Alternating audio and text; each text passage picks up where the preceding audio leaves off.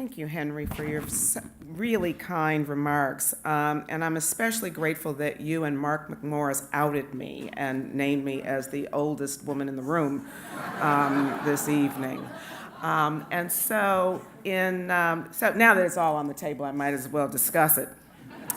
In 1980, when I was, and this has been said by almost every speaker this evening, but it does bear repeating.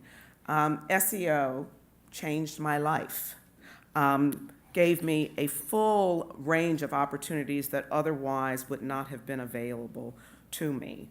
And I'm deeply, deeply appreciative of that. And I'm inspired by the scholars that headlined our evening because their prospects are so exciting and their focus is so keen. And so I think they're a testament to all of the great work that goes on by all of the individuals in this room. So I'll take a minute and talk a little bit about my story and how SEO has particularly influenced my life. So in 1980, when dinosaurs ruled the earth and I got my internship at SEO, I didn't know really what investment bankers did, but it was really exciting to have an opportunity to try to be one and to meet a bunch of people in that industry and to go on and spend more than 30 years in the financial sector. In 1980, and I mentioned this to my dinner partners at the table earlier this evening, I also had the opportunity to read a transformational book.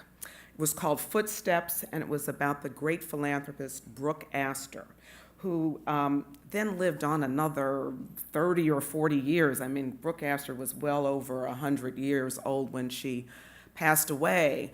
But this notion of being a philanthropist, and I'm quite sure, I mean, I'm the child of two teachers.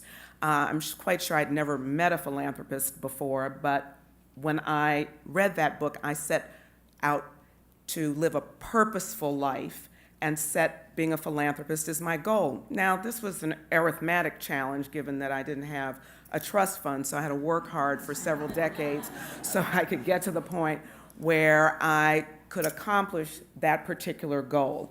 And so now I'm really having the time of my life trying to give back to the communities that have rewarded me so greatly. And that is where we come to my passion. I have a lifelong passion for the visual arts and also for the classical performing arts, ballet in particular. And so what we are endeavoring to do is nothing less ambitious, because we're ambitious in the Bay Area.